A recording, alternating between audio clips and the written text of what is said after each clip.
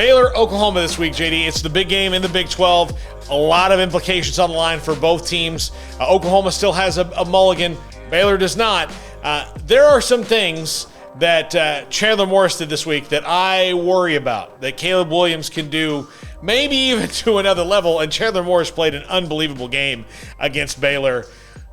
Do you see those same things that concern you when you put Caleb Williams in the place of Chandler Morris and a better offensive line and a better running back and all that? Absolutely, and I think the tough task for Baylor was they had never seen Chandler Morris on tape, and so maybe the advantage is you got the diet version of Caleb Williams before you had to play the real thing, but still, if you're a Baylor fan, you got to be a little bit concerned about what you saw on tape with Chandler Morris and what you're going to see with Caleb Williams. But for this game as a whole, I just want to break down just the three keys / matchup areas, if you will, that I think need to be addressed and will determine ultimately who wins this game. So one of the biggest, and you and I talked about this before, the unscripted plays. Baylor did a very, very poor job of handling these last week against Chandler Morris, a.k.a. Johnny Manziel Jr., a.k.a. Diet Caleb Williams. So we see it right here. Baylor tries to address this with a spy. They got Terrell Bernard right here, I believe he is.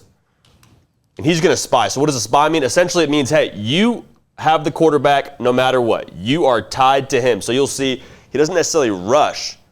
Takes his time, kind of mirrors him, essentially.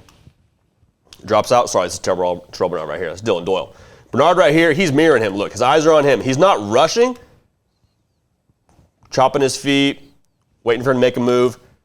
What really kills this play is you get free, but you can't make the tackle on Chandler Morris. This is where all heck breaks loose. And then once the play breaks down, the secondary is a poor job of sticking with the receivers downfield. That's going to be crucial this week because we saw TCU's got some guys. They got Quentin Johnson. He's a great talent. They got some other guys. But Oklahoma is the Monstars. You got Mario Williams. You got, Hazelwood. You got Mims. There's a cast of characters that you will have to account for when the play breaks down because it definitely will with Caleb Williams playing quarterback. So right here, rolls out. Nobody's sticking with him. Elevates, makes a big-time catch, first down on a 3rd and 10. Plays like that hurts you. And so we see, okay, that was a variation of what you'll see. Now here's the big dog. And he almost thrives when plays break down. So you get a little bit of a rush. He's not panicking. He does these 6-inch movements, which I think he takes advantage of. He's not quick to get out of the pocket. When he does, he's slippery. Boom, right here. He is dead to rights. Most other quarterbacks in the country, when you have 1 man loose, 1.5 man loose, he's getting off his block, that's typically a sack in most cases. Not for Caleb Williams. He escapes. He's Superman, slips through a 6-inch window, eyes downfield. And what Baylor can't have is what Texas Tech has right here. All this separation. Look how far this defensive back is from Mario Williams. That's not what you want. That's not what you want if you are Baylor. So you got to make sure you stick with receivers and make sure you get the quarterback down when you have a free chance at him. Yeah, that is a lot of end zone between the defender and the receiver right there.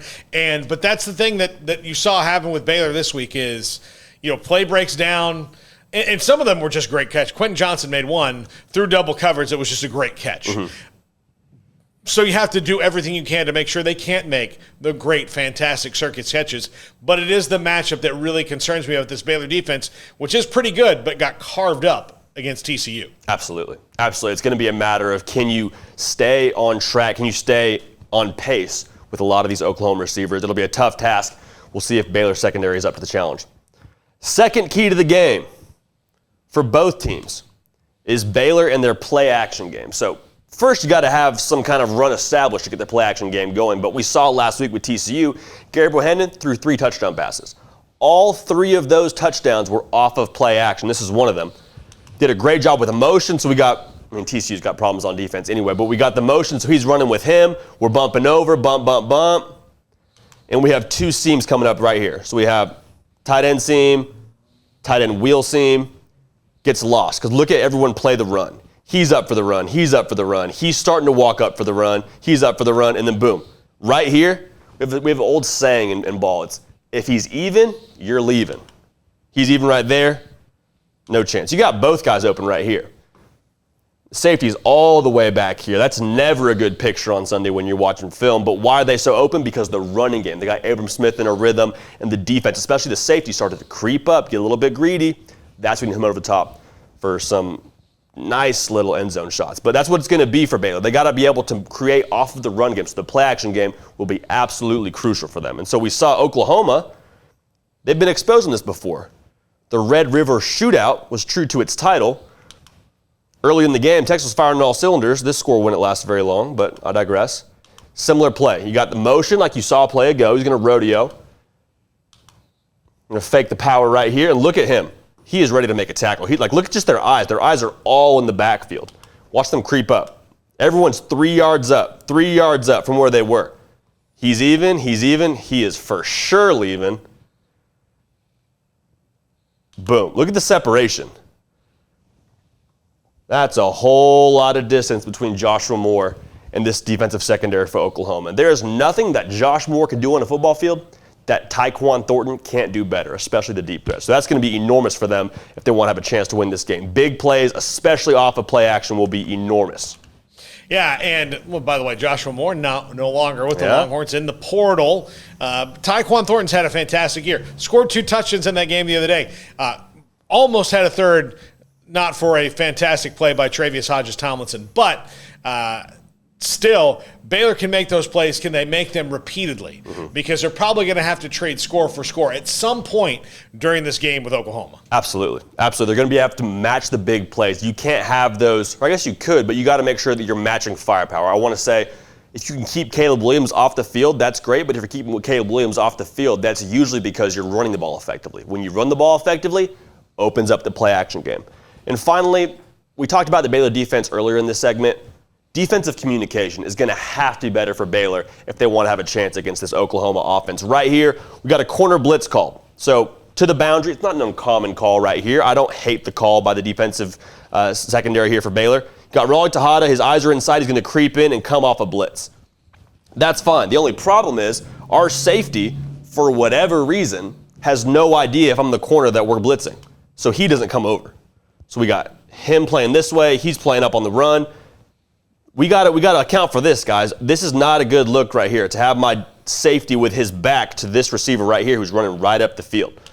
So one, we got to get home. If we're Raleigh Tejada, we got to get home here on this sack, meaning we have to make sure we get the quarterback. We get to the quarterback. We can't just put on pressure. Second, safety's got to recognize we got a man wide open right here. This is not good. To be in trail position like this, a good, what do you call that, Paul? 10 yards off the hash from the receiver. Not a good look. Going to have better communication against Oklahoma if you want a chance to win this ballgame because he is all by his lonesome. Well, and look, Raleigh Tejada had no chance to get home there because the receiver is so open. Chandler Morris just had to flick it up in the air. Easy.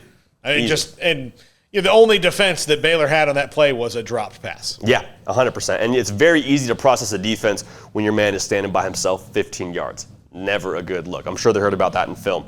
And so Oklahoma, to that point, is going to be difficult on Baylor. They're going to make sure that you have a bind, if you will. They're going to be kind of tricky with some things and make your defensive secondary commit. They're going to force you to be disciplined on defense. So right here, they have a play action.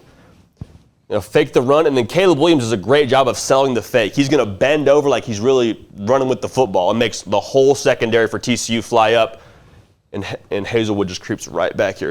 Hazelwood creeps right back here. You have a concept right there, a little flood concept. Gets past his man. So look, right here, everyone's convinced it's a run. He's hunched over. They're running. He's trying to get off a block. Secondary is convinced this is a run play. He turns. Right here, they realize, oh, no, it's a run. It's a pass play. Run. Gotcha. All by himself. And so that kind of communication, that kind of discipline is going to be what it takes for Baylor to be successful against Oklahoma. It's going to take sticking to your keys, sticking to your reads, and not trying to be a hero. Everyone just do their 1/11th. You'll be able to have a chance against Oklahoma. Now, it's a chance. They're not going to have, it's not going to be a certainty if they're able to stop some of these plays, but it's going to give them a better shot to win the football game.